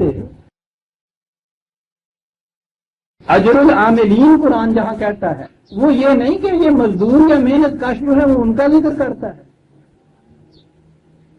کہتا ہر کام کرنے والا جو ہے اس کے کام کا ایک نتیجہ ہوتا ہے جو اس کا حق ہے. اور کام یہ نہیں ہے کہ یہ لیبر اس کا ہم نے ترجمہ کر دیا. انسان جو کام بھی کرتا ہے وہ عمل ہے, یا وہ عمل سو ہوگا یا حسنات اس کے اندر ہوں گے, یا تقریب پیدا کرے گا اس کا کام یا تعمیر پیدا کرے گا. اس کا نتیجہ جو ہے اس کام کا اجر اسے کہیے وہی اس کا حق ہے. یہاں بھی سارا کچھ اس اعمال کے بدلے میں دیتا ہے, کام کے بدلے میں دیتا ہے. آخری منتہا جو اس سطح زندگی کا جسے جنت اخروی بھی آپ کہتے ہیں, اس کے لیے قرآن کریم نے یہ کہا کہ یہ ہے جنت اللہ کی تورثون بہا بما کنتم تعملون. یہ ہے وہ جنت جو تمہارے کام کے بدلے میں تمہیں مل رہی. تو یہ چیز جسے آپ حق کہتے ہیں وہ حقیقت میں اجر ہوتا ہے کسی کے کام کا. تو یہ میں کبھی پھر عرض کروں گا کہ یہ مزدوری جسے مزدور کہتے ہیں یہ تصور بڑا باطل ہے, بڑا غلط ہے تصور. یہ ساری مشکلات پیدا کی ہوئی ہیں ویجز کے تصور میں. مزدور کے معنی ویج ارنر ہے نا, اس کے اس کام کی ویج یا بدلہ یہ ہوگا. ضمن میں عرض کر دوں یہ مصیبت کیا ہے, اس کام کا اتنا یہ معاوضہ ہوگا. یہ معاوضہ کون متعین کرتا ہے, یعنی یہ اتنا ہوگا. مزدور وہاں بیٹھا ہوا ہے صاحب, 3 روپے روز ہوگی, مستری ہے 10 روپے روز ہوگی, اوورسیئر اس کے اوپر ہے 300 روپیہ مہینہ ہوگا, 500 روپیہ مہینہ ہوگا, انجینئر 1000 روپیہ یہ ہوگا. یہ چیز کہ وہ مزدور کے 3 روپے ہوں گے، مزدوروں نے تو بیٹھ کے نہیں آپس میں مشورہ کر کے متعین کیا، یہ کون متعین کرتا ہے؟ دوسرے کا کام، اس کی محنت کا معاوضہ وہ متعین کرتا ہے جو کام کرا رہا ہے اس سے. کیا بات. اور آپ حیران ہوں گے کہ یہ جن معاشروں کو آپ سوشلزم کا معاشرہ کہتے ہیں، کمیونزم تو کہیں آئی نہیں ابھی تک. وہ تو اس نے دیا، مارکس نے تصور ضرور دیا اور کہہ دیا کہ میرے بس کی بات نہیں ہے اس کا لانا، میں نہیں لا سکتا، یعنی وہ چیز کہ کسی کوئی بھوکا نہ رہے میں نہیں لا سکتا. چھوڑیے سوشلسٹک کنٹری جتنے ہیں آج تک، ان کے ہاں بھی ویجز نہیں دی جاتی ہیں، اور ویجز کا تعین پھر اوپر کا طبقہ کرتا ہے، امپلائر کرتا ہے. وہ ایک فرد کا ذاتی ملازم ہو، کارخانے والوں کے مالک کا ملازم ہو، اور وہ اسٹیٹ کا گورنمنٹ سرونٹ. یہ اسٹیٹ کا جو سرونٹ ہوتا ہے جسے آپ گورنمنٹ سرونٹ کہتے ہیں، وہ بھی تو اپنی ویج آپ نہیں مقرر کرتا، اس کی ویجز بھی امپلائر مقرر کرتا ہے. ساری علم تمانیت جو دنیا میں پھیلی ہے وہ یہ کہ جس کی ویج آپ مقرر کرتے ہیں وہ سمجھتا ہے اب یہ کہ ویج میری یہ تھوڑی مقرر اس کی ہوئی ہوتی. یہ جب پوچھتا ہے کہ بھائی وہ کتنی ویج جتنی وہ مانگتا ہے، وہ کہتے ہیں ہم یہ افورڈ نہیں کر سکتے. ویج کا جھگڑا، اور ویج جو ہے اس کے بعد بطور حق کے مانگنا، بطور کسی ذمہ داری کے پورا کرنے کے اجر میں نہیں مانگنا، رائٹ ڈیٹرمن ریسپانسبلٹی نہیں. ویجز سارا قصہ ہے عزیزان من. ویجز جو ہے یہ حل نہ سوشلزم وہ پیش کر سکتی ہے نہ کوئی دوسرا نظام. یہ مسئلہ حل ہی نہیں ہو سکتا جو دنیا میں پھیلا ہوا ہے. مسئلہ حل ہوتا ہے قرآن کی روح سے. تمام دابت معاشرے میں بسنے والے تمام افراد کی ضروریات زندگی کی ذمہ داری مملکت کے دام کے اوپر. ویجز کا مسئلہ ہی نہیں. عملاً نبی اکرم صلی اللہ علیہ وسلم نے کر کے دکھا دیا. وہ تو ہماری بدقسمتی ہے کہ اس دور کی تاریخ صحیح ہمارے سامنے نہیں آ رہی. تاریخ مرتب ہوئی ہمارے سرمایہ دارانہ دور میں، ملوکیت کے زمانے میں، جاگیردارانہ دور کے اندر. وہاں ویجز مقرر ہوئی. کہیں چھوٹے چھوٹے ٹکڑے کہیں ہیروں کی کنیوں کی طرح دکھتے ہوئے نظر آ جاتے. سپاہیوں میں مال و غنیمت بٹا کرتا تھا. یہی پہلے دور کے ہمارے ہاں اکنامک سسٹم اس دور میں ابھی ابتدا میں یہ تھا. پہلے تو یہ اصلاح ہوئی کہ پرانی یہ روش چلی آتی تھی کہ میدان جنگ میں سپاہی جو جتنا لوٹ لے وہ اس کا، جتنی عورتوں کو پکڑ لے وہ اس کی لونی ہے، جتنا مال جو جتنا لوٹ لے. تو جنگ کے لیے سب سے پہلا ہی جو اٹریکشن یا جاذبیت ہوتی تھی وہ یہ مال غنیمت ہوتا ہے. سب سے پہلے یہ کہ اس کو ختم کیا، کہ سوال ہی نہیں ہے کہ جو جتنا لوٹ لے، یہ جتنا بھی دشمن چھوڑ کے چلا جائے اس کا مال غنیمت جو آئے مملکت کی تعریف میں جائے. یہ بھی زمین کی پیداوار جب بعد میں قصہ آیا وہ بھی مملکت کی تعریف میں ہوئی. حضرت عمر کے زمانے میں جو انتظام ہوا ہے عراق کی زمینوں کا وہ بھی ہے. اب یہ جو کچھ آیا ہے کاہے بھی نہیں آیا ہے؟ وہ آیا ہے اس لیے کہ مملکت میں کوئی شخص رات کو بھوکا نہ سو، ضروریات زندگی سے محروم نہ رہ جائے. اب میں نے کہا تھا کہ غنیمت کا یہ پہلا اصول ختم کیا. اب وہ اصول یہ تھا کہ آ کر وہ جمع ہوتا تھا اور یہاں سے مرکز ملت اس کو تقسیم کرتا تھا. سیدھی سی بات ہے کہ میدان جنگ میں سپاہی جو کچھ لائے ہیں، سپاہیوں نے یکساں وہاں کچھ کام کیا ہے، ایک ہی جیسا ان کو ملنا چاہیے. حق کی بات اگر ہوتی ہے ایز آف رائٹ تو یہ چیز بڑی انصاف پر مبنی نظر آتی ہے کہ ہر ایک کو یکساں ملنا چاہیے. نبی اکرم صلی اللہ علیہ وسلم وہ جو سنگل سپاہی ہوتا تھا غیر شادی شدہ، اس کو آدھا حصہ دیتے تھے اور شادی شدہ بال بچے والے کو دگنا حصہ دیتے تھے. پہلا دنیا کا عظیم انسان ہے کہ جس نے ویجز کے تصور کو ختم کیا، ضروریات کے تصور کو رائج کیا دنیا میں. اور یہ اس مسئلے کا حل ہے عزیزان مان. ہر کام کرنے والے کی ضروریات زندگی کا پورا کرنا، یہ مملکت کا فریضہ، اس کا فریضہ کہ جس کام کے وہ قابل ہے اور جو کام اس کو دیا گیا ہے اس کام کا پورا کرنا اس کا فریضہ. مسئلہ حل ہو جاتا ہے. قیامت تک ویجز کے اوپر آپ اس کو رکھیں گے، کبھی اس مسئلے کا حل نہیں مل سکے گا. ویجز پھر رائٹس اس کے جو ہیں وہ آ گئے آپ کے سامنے، نہیں حل ملتا. یہ ضروریات زندگی پورے کرتے ہیں اپنی رسپانسبلٹی کے اعتبار سے، وہ کام کرتا ہے اپنی رسپانسبلٹی کے اعتبار سے. ارے یہ تو ایسا کچھ معاشرہ ہے جس میں رسپانسبلٹی ہے، اللہ نے مان حقوق کا سوال ہی نہیں پیدا ہوتا. ہر ذمہ داری کا جو نتیجہ ہوتا ہے وہ کچھ پیدا کرتا ہے. عادلانہ معاشرہ وہ ہے کہ جس میں یہ اعلان کیا جائے کہ لا نضیع اجر المحسنین، اسے ضائع نہیں ہم کریں گے، ملے گا وہ. میں کہہ یہ رہا تھا کہ قرآن کریم نے یہ تصور پیدا جسے کہا ہے ثواب ہی ایک ٹرم جو ہے وہ تو خراب بات ہے، کیا مانے اس کے. بہرحال جو بھی خدا کے یہاں سے ملتا ہے، کہیں بھی آپ دیکھ لیجئے قرآن میں یا باہر بھی اس کے، یہ کرو گے تو یہ ثواب ملے. پہلے یہ کرو گے آیا ہے، پھر اس کے بعد کہا ہے کہ یہ اس کا حصہ ملے گا، ثواب اس کو کہتے ہیں. یہ کرو گے تو کرو گے والی بات بنیادی ہے عزیزان من. یہ ہے ابلیگیشن، ریسپانسبلٹی، ذمہ داری. اس کے لیے پھر بعد میں آپ دیکھیں گے کہ ایک حق بھی اگر اسے آپ کہیں تو متعین ہوتا ہے ذمہ داری کے اوپر. اور یہ چیز ہے جو قرآن کریم نے کہی ہے، ولا نضیع اجر المحسنین.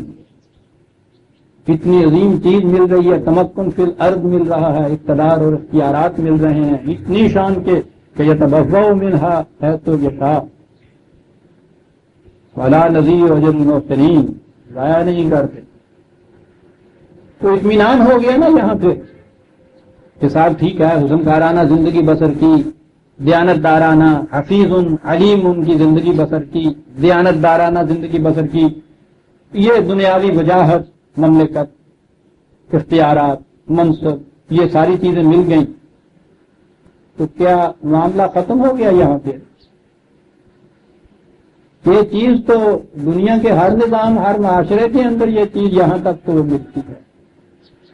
قرآن ہے عزیزان من، یہاں یہ دینے کے بعد اسی سانس میں کہتا ہے وَلَأَجْرُ الْآخِرَةِ خَيْرٌ لِّلَّذِينَ آمَنُوا وَكَانُوا يَتَّقُونَ. اتنا حصہ جو پہلا ہے اس میں تو اسلامی اور سیکولر میں کوئی فرق نہیں ہے، مومن اور کافر میں بھی کوئی فرق نہیں ہے. جیسے میں کہا کرتا ہوں، گنڈا سنگھ اور رام داس بھی زمین جوتتا ہے، زراعت کرتا ہے تو وہ زمین اس کی اسی طرح سے گیہوں گندم اگاتی ہے. ہو سکتا ہے زیادہ محنت کرے، زیادہ ہی ہوگے عبداللہ اور عبد الرحمان کے مقابلے میں. یہ جو کہا ہے تمکن فی الارض، تمکن فی الارض تو ہم دیکھتے ہیں فرعون کو نہیں ملا ہوا. تمکن فی الارض تو ہر سیکولر گورنمنٹ میں مل جاتا ہے. یہاں تک یہ دنیا کے اندر یہ جو چیزیں ملتی ہیں، یہ تو یہاں کے جو طبی قوانین ہیں ان کے مطابق یا آپ کے سوسائٹی کے جو قوانین ہیں ان کے مطابق یہ سارا کچھ ملتا ہے، یہ یکساں ہوتا ہے. آگے ایک بات آتی ہے ایمان اور تقوی، یہاں آتا ہے جہاں انسان خدا کے قانون مقاصد عمل پر ایمان رکھتا ہے اور ان کی نگہداشت کرتا ہوا زندگی بسر کرتا ہے. یہ سارا کچھ تو وہ ملتا ہے یہاں بھی، لیکن وَلَأَجْرُ الْآخِرَةِ خَيْرٌ، مستقبل کا آخرت کی زندگی جو ہے اخروی زندگی، اس کا اجر ان کے لیے اور زیادہ ملتا ہے. یہاں آگے اب مومن و کافر کا فرق. مومن کی زندگی یہ ہے کہ آتنا فی الدنیا حسنۃ و فی الآخرۃ حسنۃ. قرآن نے اجر المحسنین کہا تھا، وہاں حسنہ کہہ دیا اس کا نتیجہ. یہ زندگی بھی خوشگوار، بڑی حسین. مستقبل کی زندگی، آخرت کی زندگی بھی بڑی خوشگوار، بڑی حسین. یہ ایمان اور عمل کا نتیجہ. کتنا سا ٹکڑا آ گیا. حضرت یوسف علیہ السلام باہر قید و بند سے آئے، معزز ہوئے. یہ زمین کے بندوبست کا انتظام زمین کے خزائن کا اپنے ہاتھ میں لیا. اس طریقے سے وہ کچھ کیا کہ وہ ملک خوشحال ہوا. فریضہ رسالت ساتھ کے ساتھ ادا کرتے ہوئے چلے گئے، تمکن ملا یہاں اور اجرن فی الآخرہ تو قرآن نے یہ کہا. کتنا کہنے کے بعد اب پھر وہی داستان جو ہے کہانی کے لیے آ رہی ہے جسے میں کہوں اس کا اگلا ٹکڑا سامنے آ گیا. وجاء اخوۃ یوسف فدخلوا علیہ فعرفہم وہم لہ منکرون.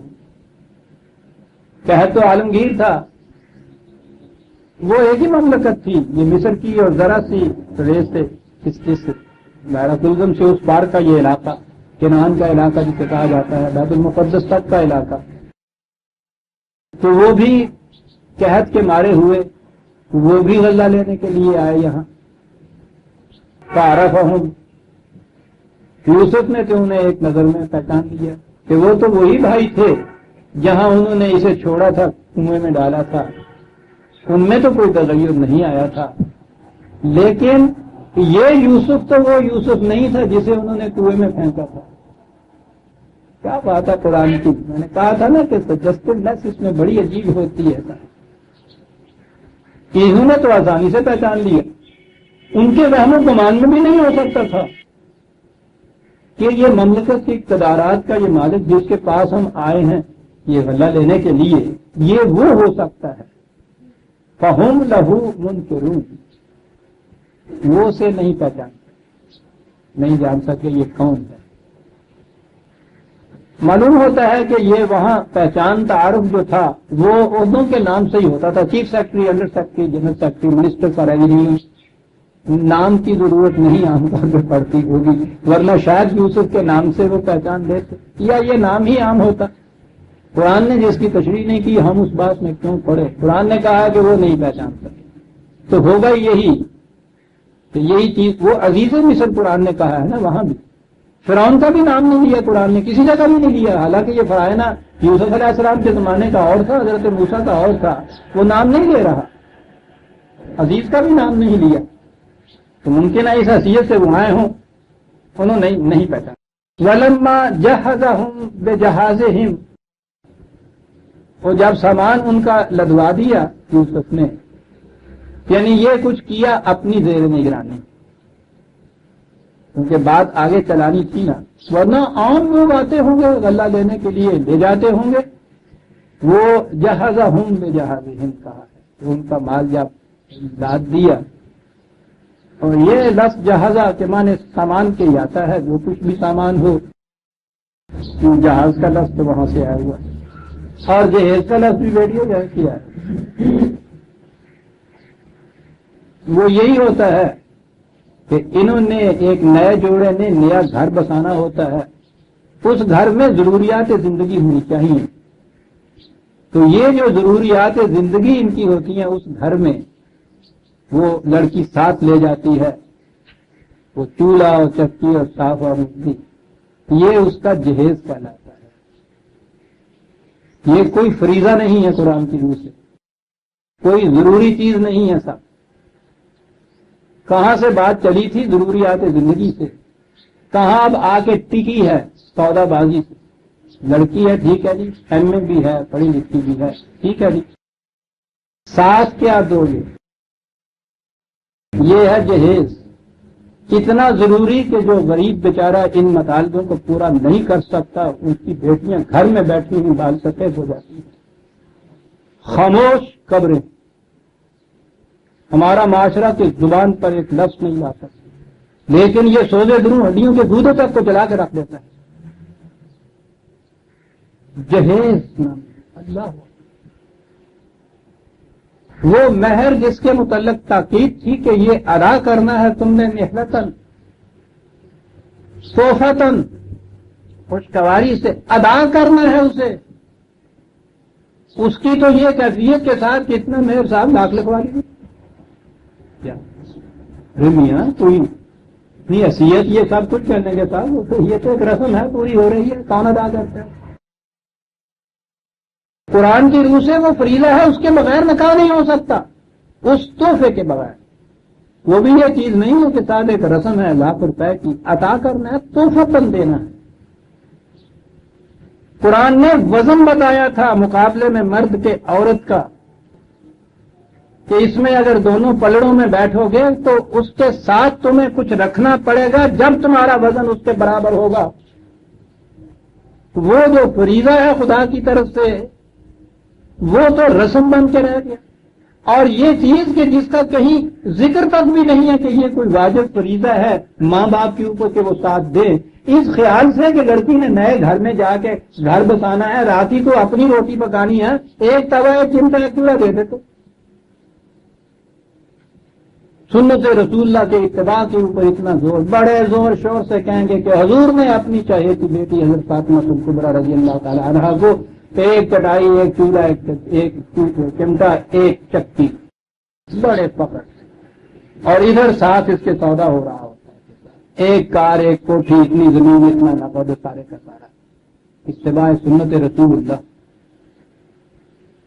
لفظ آ گیا تھا جہاز کا بیٹا، اس میں میں نے یہ کہا کہ یہ تھی جہاں سے لفظ جہیز نکلا تھا کوئی سامان، جب اس نے ان کا سامان لدوا دیا قالوا ائتونی بأخ لکم من ابیکم، یہاں سے پتہ چلتا ہے کہ سوتیلا بھائی تھا وہ جو پیچھے رہ گیا تھا، یوسف بھی سوتیلا بھائی تھا۔ میں نے آپ سے کہا ہے نا کہ ان کے سوتیلے ہونے کے متعلق تو ان بھائیوں نے جو ایک گہری نشتر چبھوئی تھی اس مظلوم باپ کو، بیٹوں کے فراق میں بیٹے جو جس کی آنکھیں کھل گئی تھی، اس باپ کے پاس جب گئے ہیں، یہی جو بیٹا یہاں چھوڑ گئے تھے، اور یہاں پھر وہ کٹورے کا واقعہ آگے آتا ہے، جیسا پہلے بھائی کے متعلق جا کے جھوٹ موٹ کا وہ دمے تیزت جو تھا کرتے پہ لگا کے لے گئے تھے، کہا تھا کہ بھیڑیا کھا گیا، اس کے متعلق بھی یہ بات کہنی تھی کہ اس نے وہاں چوری کی تھی۔ قرآن کے لفظ عزیزان ایمان ایک ایک لفظ، اس میں قرآن نے یہ کہا ہے کہ باپ سے آ کے کہا انہوں نے کہ تمہیں پتا ہے کہ تمہارے بیٹے نے کیا وہاں کیا، تمہارے لال نے وہاں کیا چاند چڑھا دیا، تمہارے بیٹے، یہ نہیں کہا ہمارے بھائی نے کیا کیا۔ کیا بات ہے قرآن، بڑا فرق اس میں پیدا ہو جاتا ہے۔ ہمارے بھائی نے نہیں، یہ تو بہت حلقے نہ آئے ہوئے جسے کہتا ہے وہ بنتے تھے۔ اس باپ سے آگے جو پہلے اس غم میں مرحوم بیٹھا ہے، پہلے بیٹے کے غم میں آنکھیں سیاہ ہو گئی ہیں، دوسرا بیٹا ہے وہ بھی واپس نہیں آیا، اور آتے ہی اس سے یہ کہنا کہ جی دیکھا آپ کے چہیتے لال نے کیا چاند چڑھایا وہاں، توبہ۔ جب بھی اس باپ نے کہا تھا کہ میں کیا کر سکتا ہوں، صبر الجمیل، تو یہ نظر آتا ہے کہ اس سے کہا تمہارے اپنا بھائی نہیں کہا ہے۔ یہاں بھی یہ کہا ہے حضرت یوسف نے ان کو کہ تمہارے باپ کی طرف سے جو تمہارا بھائی ہے اس کو لے آنا۔ الا ترون انی اوفی الکیل وانا خیر المنزلین، یہ تو کم از کم تم نے دیکھ لیا کہ یہاں ظلم اور استبداد نہیں، میرے متعلق تم نے یہاں رہ کے دیکھ لیا، منزلین مہمانداری ان کی ہو گئی، تم نے یہ بھی دیکھ لیا کہ میں اچھا مہمان نواز واقع ہوں، یہ بھی تم نے دیکھ لیا کہ میں وزن غلہ بھی پورا دیتا ہوں، اس میں بھی ڈنڈی نہیں مارتا، اور یہ بھی تم نے دیکھ لیا کہ اچھا مہمان نواز بھی ہوں۔ تو جہاں یہ صورت ہو آپ کے آنا تو اپنے اس دوسرے بھائی کو بھی لے آنا۔ فَإِن لَمْ تَأْتُونِي بِهِ، اب ذرا سا تاکید کے ساتھ سختی کے ساتھ کہا اگر یہ چیز تم نے نہ کی فلا کیل لکم عندی ولا تقربون، دو چیزیں تھی نا اوپر کہ وزن بھی پورا دیتا ہوں، مہمان نوازی بھی کرتا ہوں، اگر تم اس کو ساتھ نہ لائے نہ غلہ ملے گا نہ قریب آنے دوں گا تم، دونوں چیزیں کی۔ قالوا سنراغب عنہ اباہ وانا لفاعلون، یہ لفظ پہلے آ گیا ہے نا جو میں نے کہا تھا روادت، کسی کو اس کے ارادے اور فیصلے سے پھرا دینا۔ ارادہ تو یہ ہے خود ارادہ کرنا کسی بات کا، اور یہ ہے کہ کسی نے جو ارادہ کیا ہوا ہو اس ارادے سے اس کو کچلا دینا۔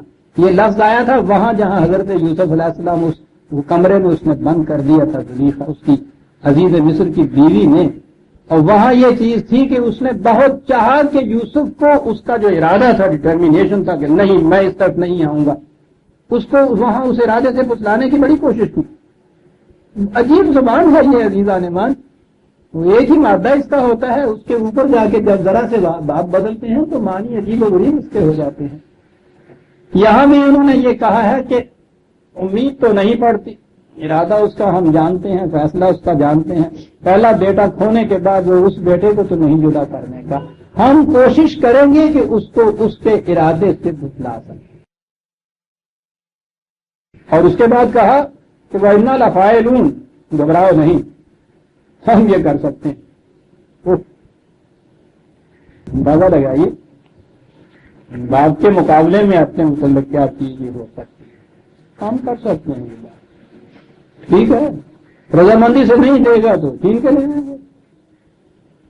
تو کہا تھا نہنے عصبت، ہمارا جتھا ہے، ان کا کیا ہے. یہ اس دور سے بات چلی آ رہی ہے. ان شریک کا کیا نرم کرا ہوا تو شریک کا ہونا. وقال لفتيانه اجعلوا بضاعتهم في رحالهم لعلهم يعرفونها اذا انقلبوا الى اهلهم. واہ واہ.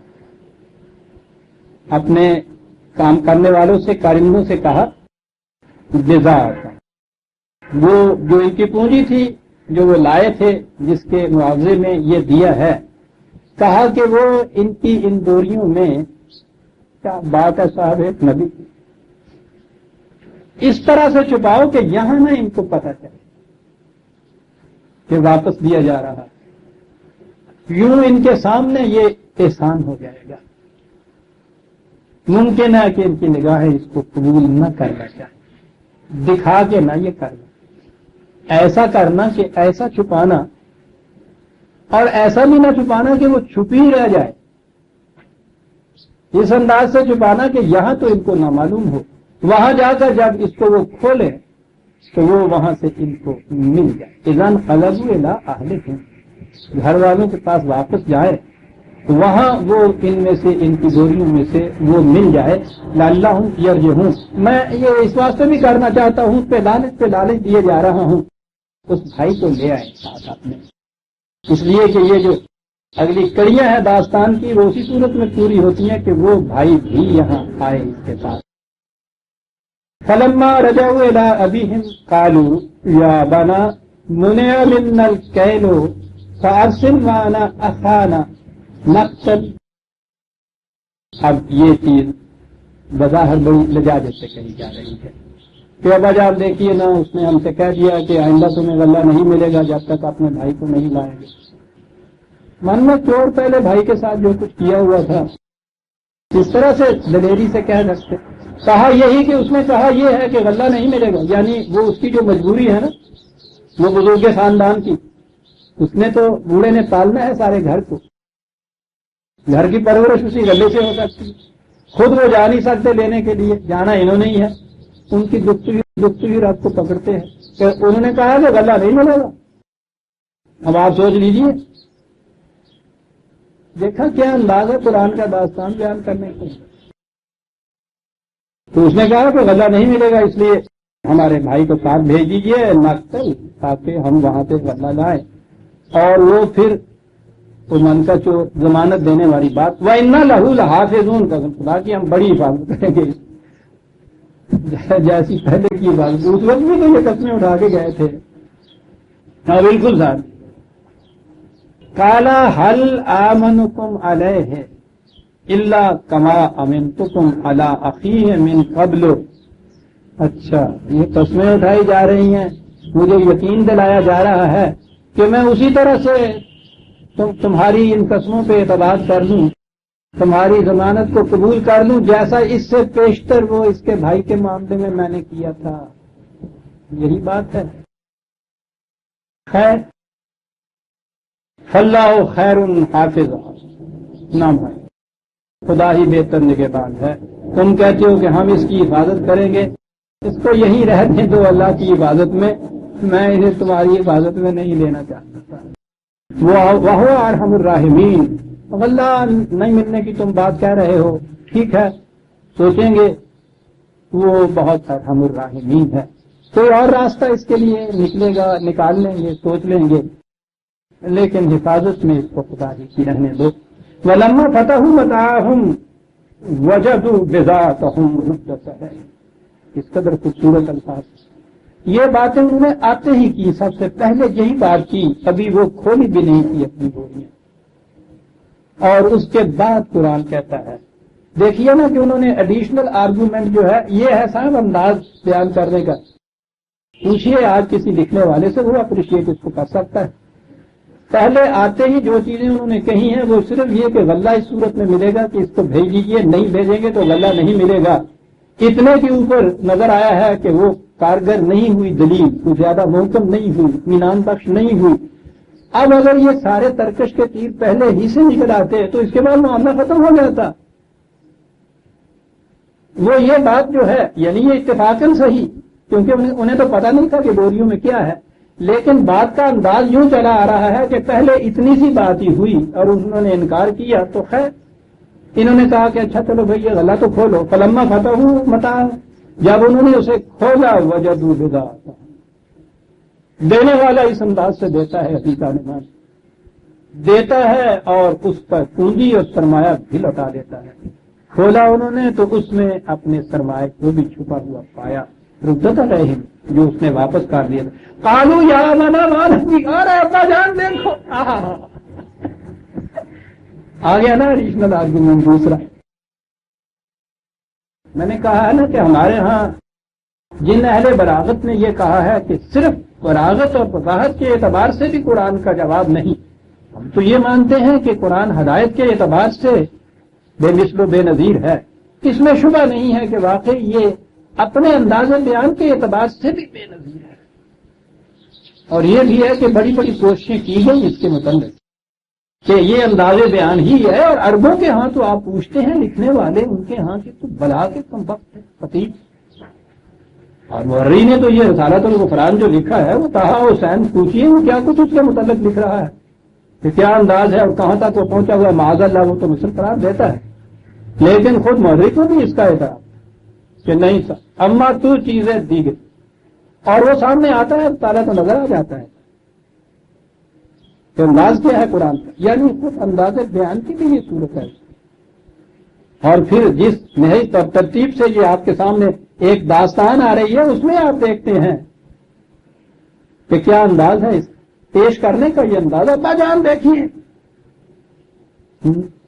مانا یعنی کہو اس کے بعد اور کیا چاہیے، وہ اور کیا ہم کاش کر سکتے ہیں. اللہ مل رہا ہے، ساتھ اس کے پونجی بھی واپس مل رہی ہے. ابا جان مانا تمہیں اس کے بعد اور کیا چاہیے، سب کچھ خدا سے مانگ لیا تو اس کو مانگتا اور کیا چاہیے اس کے بعد.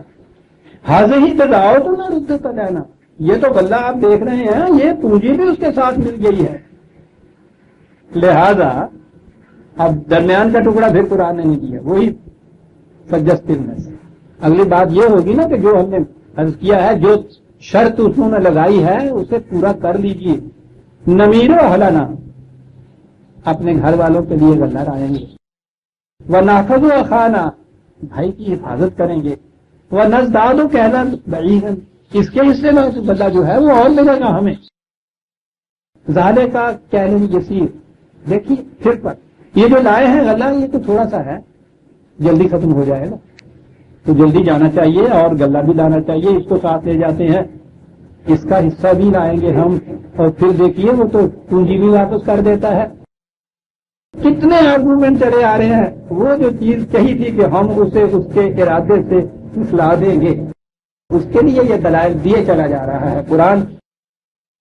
اس کا جواب باپ کی طرف سے کیا آیا یہ اگلے درس پہ ہم اٹھا رکھتے ہیں. سورہ یوسف کی آیت 65 تک ہم آ گئے. 12/65، 66 سے 66 سے ہم آئندہ لیں گے. ربنا تقبل منا انک انت السمیع العلیم.